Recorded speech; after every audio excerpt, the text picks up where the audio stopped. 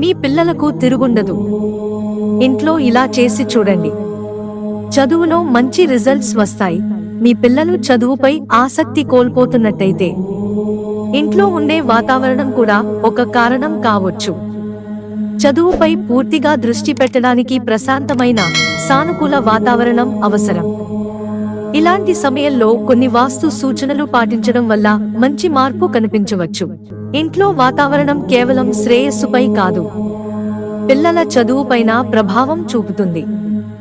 వాస్తు శాస్త్రం ప్రకారం ఇంట్లో ఉండే ప్రతికూల శక్తులు పిల్లల మనస్సును అల్లకల్లోలంగా చేస్తాయి. ఈ కారణంగా పిల్లలు చదువుపై కేంద్రీకరించలేక ఇబ్బంది పడతారు. కొన్ని చిన్న మార్పులతో పిల్లలలో నమ్మకం, ఏకాగ్రత పెరిగే అవకాశం ఉంది. వాస్తు ప్రకారం చదువుకునే గది దక్షిణం లేదా పడమర కాకుండా ఈశాన్య దిశలో ఉండాలి. ఈ దిశ చదువుకు అనుకూలంగా పనిచేస్తుంది. ఇక్కడ ఉండే గది పిల్లలలో శక్తి, ఆత్మవిశ్వాసం పెంచుతుంది, చదువుపై దృష్టి పెట్టేలా చేస్తుంది. చదువుకునే గదిలో సరస్వతి, హనుమంతుడు, గణేశుడు వంటి దేవతల చిత్రాలు ఉంచడం మంచిది.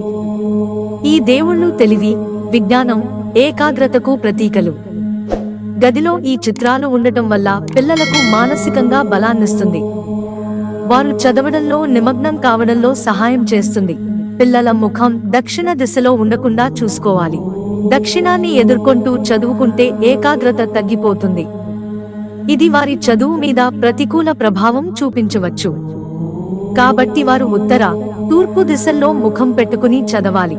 చదువుకునే గది గోడల రంగు చాలా గాఢంగా లేకుండా ఉండాలి. చీకటి రంగులు మనస్సును దుష్ప్రభావితం చేస్తాయి. లేత రంగులు అయితే ఏకాగ్రత పెంచుతాయి, మానసిక ప్రశాంతతను ఇస్తాయి. పిల్లలు చదువుపై మనసు పెడతారు. ఈ చిట్కాలు వాస్తు శాస్త్రం ఆధారంగా చెప్పబడినవి. ఇది వ్యక్తిగత నమ్మకాలపై ఆధారపడుతుంది. పిల్లల చదువుపై ఆసక్తి పెరగాలంటే ఇంట్లోని వాతావరణాన్ని చూసుకోవడం ఎంతో అవసరం. శుభదిశలు, సానుకూల శక్తులు, సరైన రంగులు, ఇవన్నీ కలిసి పిల్లల చదువుపై ప్రభావం చూపుతాయి. మిత్రులారా, ఛానల్ సబ్స్క్రైబ్ చేసుకోవడం మర్చిపోకండి. ధన్యవాదాలు.